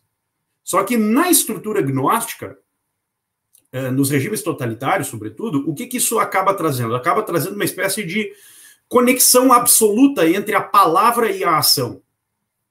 Entre o que é dito no campo teológico-político e a realidade propriamente dita que o partido leva a cabo dentro de uma sociedade, através da sua estrutura burocrática e policial. Tá? E é claro, essa explicação e o esforço por autojustificação dessas estruturas, que muitas vezes se apresenta, inclusive, como um tipo de estrutura reflexiva, do tipo, nós temos aqui o pensamento crítico a respeito das nossas próprias convicções, leva a uma espécie de cosmogonia, evidentemente. Onde nós vamos perseguindo a origem, até chegar numa tal. Só que essa narração originária tal, ela expõe o quê? Uma verdade absoluta e incontestável. Que é formulada, em parte racionalmente, em parte imaginativamente. E é claro, o modo como você vai articular o transcendental com o imanente pode ter muitas formas. Uma delas é essa. Você alega que os deuses, ou Deus, ou os anjos, ou os espíritos estão falando a você qualquer coisa e você coloca em prática para um grupo de pessoas que vai realmente acreditar em você. Até chegar, por exemplo, em patologias gravíssimas, como é o caso desse brasileiro, como é o nome? Eu acho que é João de Deus, né? Que usava lá as suas, como é que se diz isso? Sessões de mediúnicas para a prática de crimes. Tá? Então, tem muito isso, sem dúvida. Né? Ele continua aqui. Eu tomo exemplos de outros países de fala hispânica. Há países da América Central, onde os evangélicos são comunistas, defensores de partidos de extrema esquerda, e temos o caso da Venezuela, curioso, que a turma do regime pratica nigromancia e religiões de matriz africana, até o ponto de obrigar os membros das Forças Armadas a fazer parte das religiões de matriz... Exato, quer dizer, é a mistura total, né? Professor, se me permite intervenção rapidinha, claro. Eu acho que é o mesmo fenômeno que se vê, por exemplo, com a vertente neopentecostal do protestante para com o presidente, hoje em dia. É a mesmíssima lógica, né? Como uma deificação daquela pessoa que está no poder. Exato. Através de um meio religioso, espiritual. Sem dúvida. Quer dizer, isso não é um fenômeno só da esquerda ou só da direita, é um fenômeno de qualquer movimento de massa. Percebam isso. A gente tem que tentar sair desse universo social no qual, infelizmente, nós estamos encerrados aqui no Brasil. A polarização absoluta, é um lado contra o outro. Não. Se a gente tem obrigações reflexivas aqui no campo da filosofia política e da filosofia da ação, nós temos que fazer o esforço, como recomenda o Aristóteles e o Platão, de nos afastarmos momentaneamente da polis, sabendo que estamos ali dentro, mas para observá-la desde fora. Tá? E aí ver os seus problemas, as suas causas, as consequências, as dificuldades, etc. Isso que tu descreves, Simon, é fantástico, porque demonstra bem as irracionalidades presentes nesses movimentos de massa em geral. Seja na esquerda, seja na direita. Né? Então, isso é muito, muito interessante, esse teu depoimento em relação à América Central e, no caso, também às elites políticas da Venezuela. Né? O que mais, gente? Cesário, professor, eu te conheço lá do Brasil Paralelo. obrigado. Valeu. A gente faz um trabalho lá também, no núcleo de formação. Eu acho que, bem, deixa eu ver, uma pergunta. Tá, então vamos fechar essa última pergunta, tá? Porque também por causa do horário já avançado, fala de Fortaleza. O parlamentarismo seria a consolidação do centrão? Poderia ser. Bem, no início, sim. Não há modelo perfeito. Nós não vamos sair. Nós vamos ter que lidar com a contingência, com as imperfeições. Sim, no início seria, sem dúvida. Só que ao longo das gerações, nós passaríamos a ter um modelo político, uma espécie de pattern of democracy, um modelo da democracia que vai paulatinamente diluindo as forças do centrão e pulverizando essas forças no âmbito social, permitindo que toda a sociedade tenha voz. Agora, claro, isso não vai acabar do dia para a noite. Isso, de fato, no início vai ser isso mesmo, vai consolidar o centrão, sem dúvida. Vai. É um risco que nós corremos, que, aliás, eu acho que não é nem mais um risco, é quase uma certeza. Só que, paulatinamente, as coisas vão mudando. O problema é continuar do jeito que está. Tá? Em suma, não tem saída fácil, não há mundo perfeito. Nós vamos ter que lidar com as imperfeições e com as contingências da realidade política nacional. Tá? Em suma, para mim, sim, por isso não gosto do parlamentarismo. O sistema de votação é complicado. Sim, é verdade. O sistema de votação é complicado, tem uma série de inconveniências, eu estou de acordo com todas elas. Um quociente eleitoral, sem dúvida. Mas eu creio que, frente ao presidencialismo, ela seria menos distante daquilo que o Brasil parece ser do que o presidencialismo, que tem levado cada vez mais à concentração de poder, à centralização de poder e, quando não, à rivalidade entre os poderes. Mas, enfim, esse é um tema que mereceria maior atenção, com certeza. Né? Simon, isso me lembra o que falou Aristóteles, o que falava Hemingway. Para escrever de um país é preciso se exilar. É boa, ótimo. O Ernest Hemingway fez isso, né? Então, é precisamente isso, quer dizer, no velho mar, né? Quer dizer, eu preciso ir para o... Vamos lá, eu preciso ir para o mar para refletir sobre a sociedade. Né? Tem um fundo muito interessante nessa postura. O que mais, gente? É isso? Professor, acho que também, respeito ao senhor e ao horário, mais ou menos 2 horas já mais do que suficiente, mas que nem eu tinha dito no começo, acho que podia ficar aqui tempão com o senhor. Então, acho que 2, 3 recados finais aqui para finalizar, né? Primeiro, vamos combinar aquilo que a gente tinha conversado de fazer um curso aqui em Curitiba de Lógica Jurídica. Vamos ver se isso sai. Então, vamos manter em contato e já animar o pessoal aqui da UFPR para esse evento que, se Deus quiser, possa acontecer. Aí sim eu vou estar na minha área. Isso aqui que eu falei hoje não é minha área, entendeu? Eu estudo Hegel há muito tempo, mas não é a minha área de pesquisa, não é o meu campo especificamente. A lógica, sim, esse é o meu campo. Então, com certeza, sem dúvida alguma, eu iria com o maior prazer. Então, vamos combinar isso daí. E a segunda coisa é também falar para quem está assistindo, que a gente vai disponibilizar, que a gente gravou, vamos disponibilizar depois no YouTube, talvez no decorrer da semana, não sei. E também vai estar lá no Instagram, a gente vai pôr no IGTV. E por fim, professor, temos que tirar foto aqui, todo mundo, para colocar o post de agradecimento lá. Então. Como é que bota todo mundo na tela? Acho que eu fiz isso agora. Acabei de fazer. Dá para ver todo mundo. Quando for tirar foto, avisa. Tá. Só então, fazer uma quem quiser aparecer e ficar famoso, nosso Instagram, da câmera agora. Tá. Então, no 3. 1, 2, 3. Dale. Perfeito. Deu. Muito bem. Aí. Semana que vem eu estarei aí em Curitiba, mas eu vou sábado e domingo. É um jogo muito rápido. Não vou ficar não vai nem 24 horas. Por qual motivo, senhor? Eu vou dar uma palestra num congresso que vai ter aí.